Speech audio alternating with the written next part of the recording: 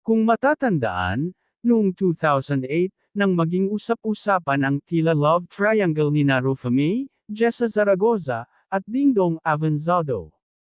Base sa mga dating interview, ibinunyag ni Rufa na mag-best friend sila ni Jessa, pero nagawa nitong agawin umano ang dati niyang boyfriend na si Dingdong.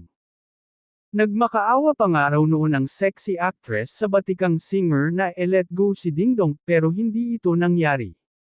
Nakarating kay Jessa ang mga isiniwalat ni Rufa May at agad naman niya itong pinabulaanan. Ayon kay Jessa, "For the longest time, I kept quiet. I tried to put up a sweet front, nagpaka-martyr ako. But she has gone far.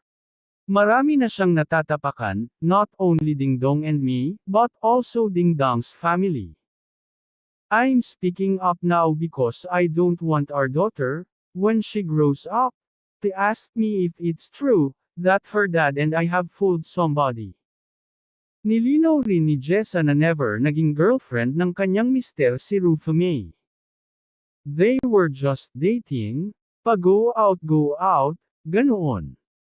They were never exclusive to each other. Sinabi rin niya na hindi ang kanyang mister ang nanloko, kundi ang sexy actress. Nabanggit din niya na never niya naging best friend si Rufa May, "We were just co-workers in some movies." Ang maanghang na huling salita pa ni Jessa para kay Rufa May noon, "Sumusobra ka ng babae ka. Sinungaling ka." At ngayon nga, muling na-bring up ang naging issue noon sa pagitan ni Rufa May Quinto at Jessa Zaragoza.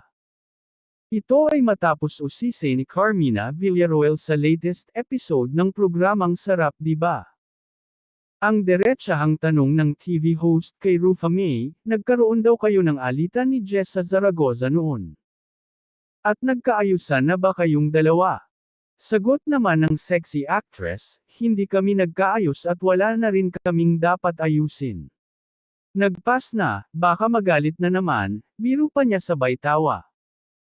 Sinabi rin ni Rufa na hindi na rin sila nagkita ni Jessa, mula nung pumutok ang kontrobersya at inaming nakapag-move on na siya sa nangyari.